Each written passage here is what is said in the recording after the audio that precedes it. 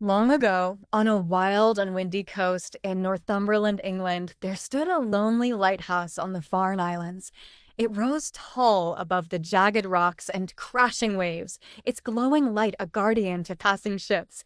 And inside that lighthouse lived a girl named Grace Darling. Grace was not like most girls of her time. She didn't play in parlors with lace and dolls.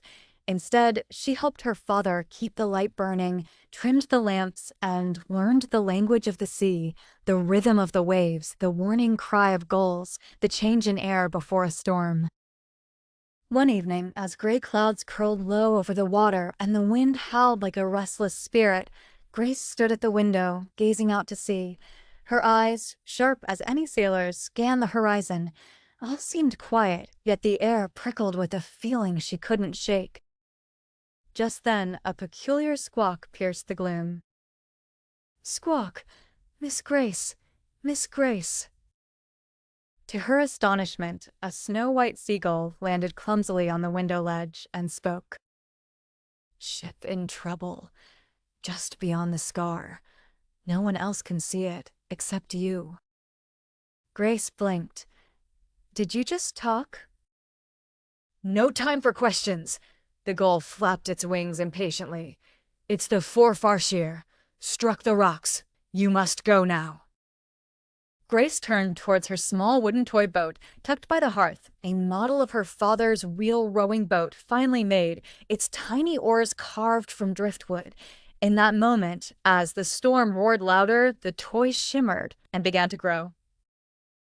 With a gasp, Grace stepped back as the model transformed into a full-sized rowing boat right before her eyes. The seagull hopped onto the stern. Well, the sea won't wait. Dressed in her thick cloak and boots, Grace pushed the magical boat into the swirling surf. The waves were fierce, but the boat rode them like a seabird on the wing. Lightning flickered across the sky, and rain lashed her cheeks, but Grace rode on, muscles burning, eyes fixed on the rocks ahead.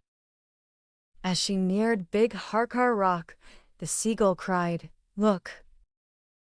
There, clinging to the jagged stone, were shadowy figures, passengers from the shipwreck, waving and calling out. They looked like ghosts, their outlines soft and shimmering in the stormlight. Grace pulled the boat alongside them. "Quickly, climb in." One by one, the figures clambered into the boat. A woman with a shawl, a sailor with a torn sleeve, a child clutching a soaked book.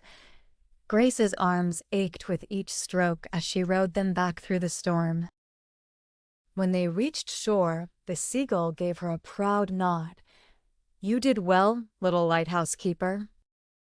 And just like that, the boat returned to its toy size. The figures vanished with the wind. Grace, shivering and tired, carried it back inside, thinking it must all have been a dream. But the next morning, Grace awoke to her father shouting from the tower, "Grace, there's a wreck on the rocks. Real people trapped." It was the Forfarshire, just as the seagull had said. The storm had driven it onto the rocks in the night. Without hesitation, Grace and her father rowed out in their real boat. Together, they rescued 9 survivors from certain death, braving the same sea she had already conquered in her dream. From that day forward, Grace Darling was called a heroine across Britain. The newspapers told her story, and Queen Victoria even sent her a special award. But Grace never spoke of the magical seagull, or the enchanted boat, or the dream that came before the truth. She simply returned to the lighthouse, watching the waves, listening to the wind, ready for whatever the sea would ask of her next. And so, dear dreamer, if ever you visit the coast and hear a seagull cry your name, listen closely. It may just be calling you on a secret mission of your own.